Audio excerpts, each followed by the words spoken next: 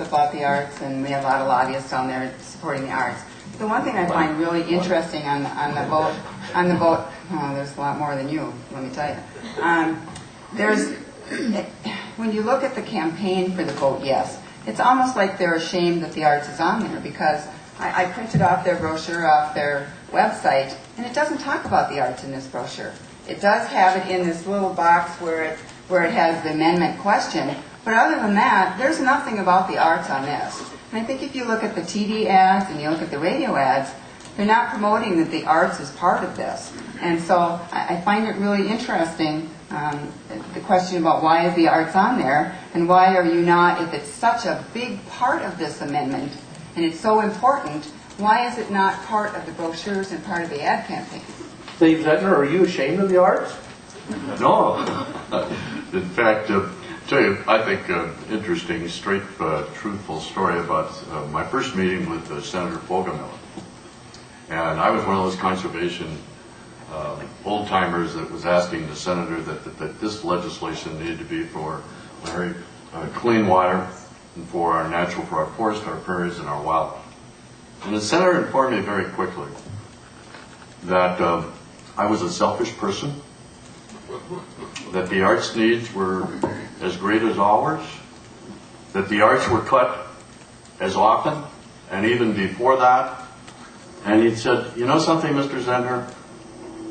When you go to a Isaac Waldley banquet, when you go to a Ducks Unlimited banquet, when you're at an Audubon celebration, and you're trying to raise money for the good cause, what are you surrounded by? And I thought about it. Surrounded by art. Surrounded by the story of conservation through the great storytelling of wildlife artists. And I think, you know, some of the best and most wonderful Aldo Leopold style land, Don, that I've ever seen in my life came courtesy of the duck stamp. And how does a duck stamp happen? And what's happening in Minneapolis this month is a celebration of 75 years of the duck stamp. So for me to look at this and to be sitting on a dock with my granddaughters barefoot dangling in the water to tell Ellie and Molly that I voted no because the arts were here. You know, my granddaughters would say, Grandpa Dave, why did you do that? So, yes, we did start out with this being strictly habitat, clean water, and it has merged, but there's a viable case, and I am not opposed to the arts, and I'm not afraid to tell the story to anyone that wants to listen to it. To the senators, real quickly, yes or no, would this be easier to stomach without the arts for the two of you? Yes? Yeah, absolutely. I mean, I quote from Joe Souchere's column, and he says, you know, government art. There is something about the fact that when it's got that much money, mind you, the money for arts increases fivefold. So $60 million a year when it had been 13 or 15. But art should be subject to the marketplace. And if we're going to be subsidizing art, how do, you know, is it what the public wants? There's no way to know if it's government that's subsidizing it. That was a long yes or no. I'm sorry. Terry Rude. I would say it would be the populace. It would be better for them probably to get people to vote yes, but for me, no, because the basis premises, our Constitution, is the place for purpose of giving rights to people and limiting government, not for a tax increase. I want a quick factual answer, which is what we always should want, I guess. If I go out and spend $10 on goods, this is sales tax increase proposal, how much more would I be paying on $10? Just under 4 cents. Just under 4 cents. And that 4 cents for $10, do you dispute the $11 billion over 25 yes. years? It's an interesting disinformation number. I had no idea he disputed it, by the way. I didn't say yeah. If you, nobody knows over a quarter of a century what this is going to be. The state has estimated, before we ran into the tough times that are surrounding us this afternoon, that each 1/8 would generate $91 million times 3 is $273 a year. You can use that, you can use another number, but let's use the state number at the beginning of 2008. Now let's multiply that $273 million times 25 years and see if any of the UMD graduate students can come up with $11 billion. You can't get there without somebody in opposition who wants to make sure that they inflame the sensitivities of people about their pocketbook to drop in some inflation, some historical growth, and to make it 11 billion. It may be 11 billion, it may be more.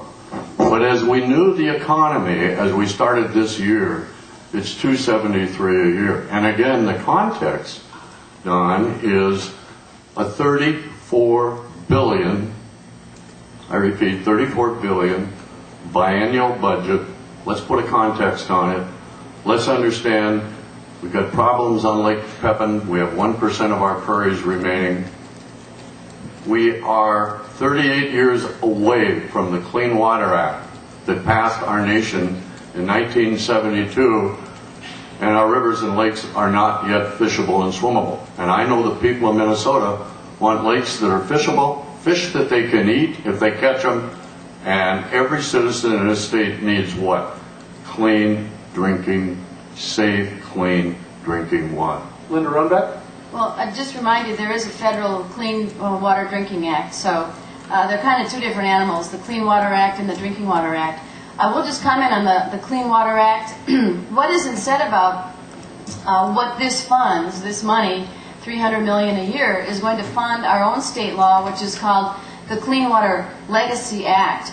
And it is, in effect, implementing the second half of the federal Clean Water Act, which has never been enacted in Washington. So Minnesota is stepping out ahead of all the other states and saying we need to put in place the second half of the Clean Water Act, which is all about non-point source pollution. You won't find that word anywhere because the advocates know it's just too darn controversial and inflammatory, but this is non-point source pollution, and they are ignoring and shifting the debate away from the fact that the point sources of pollution, which are those straight pipes into our streams and lakes from municipal wastewater, direct sewage into our streams, is still happening in Minnesota. There's 100 small communities still putting raw sewage right into their lakes and streams. Yes, it costs a lot more money to clean that up, but they're shifting the blame, putting the responsibility on landowners, on farmers, on foresters, on recreationists, you name it. So, this is what, in effect, is being funded without any discussion. And I think it's, unfortunate that there's so little left to be understood. Dave Zentner, a quick rebuttal. Yeah, really quick. We're not playing a blame game here. We're playing an opportunity conversation, a great opportunity. This does include clean, safe drinking water. 5%